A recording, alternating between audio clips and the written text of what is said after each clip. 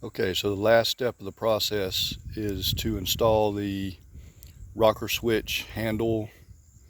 Just you have to pull the factory knob off that Kubota puts on there, and it slides right down over the top of the loader handle. Secures with 2 set screws. Just run your wires right down through the plastic trim. And normally I go to the fuse box with these wires, which is behind that panel where the battery's at. But while I was looking at the fuse box, I saw that there was an actual third function fuse in there with a 10 amp fuse in it. And I actually found a plug. It was attached right in behind here on the bottom of this plate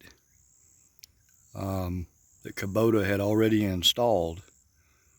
And I'm sure they probably make a pigtail that plugs into that you can wire your wires into. I opted just to, I cut the plug off the end of the wire and just wired my wires directly into that with 2 butt connectors. You got a hot and a ground under here that plugs into that, and then you've got 2 other wires that go under the tractor to the other side where the solenoid's at, and I'll show you those.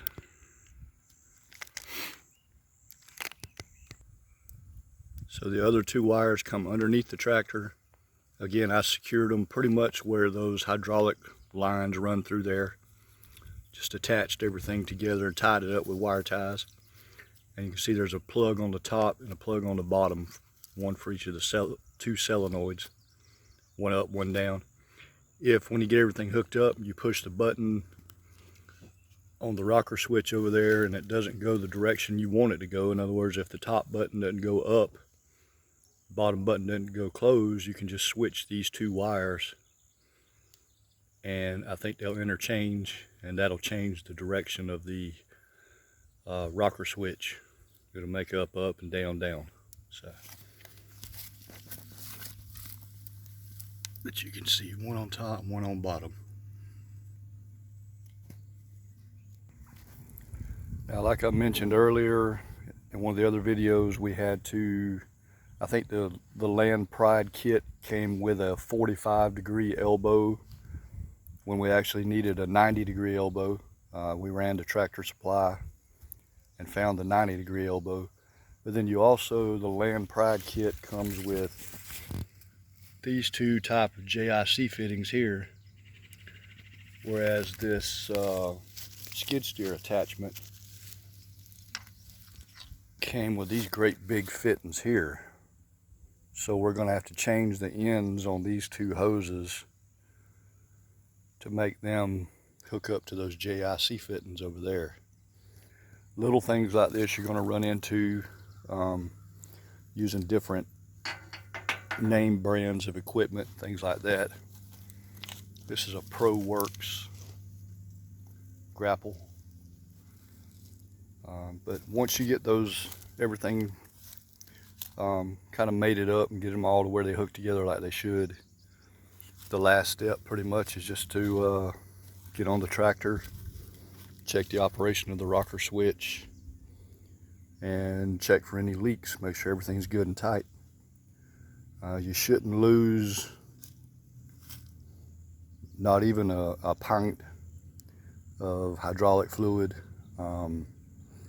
If you happen to take something loose and you lose a lot more fluid than what you're expecting, just I think the dipstick is right down in there at the back of the tractor. That orange dipstick right there is where you check your hydraulic fluid.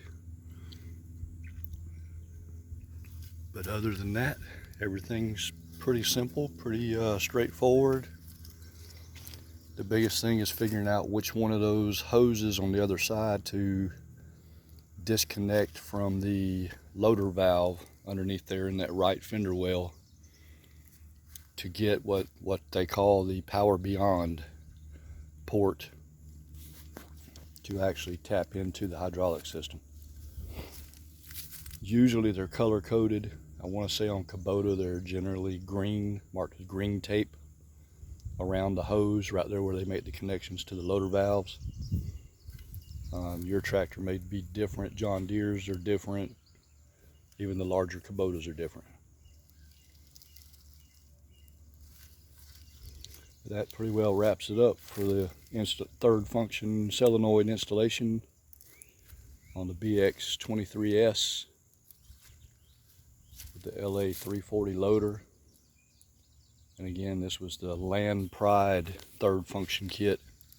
There are others out there. The one I'm more used to using is made by WR Long, that's initials, WR Long, L-O-N-G.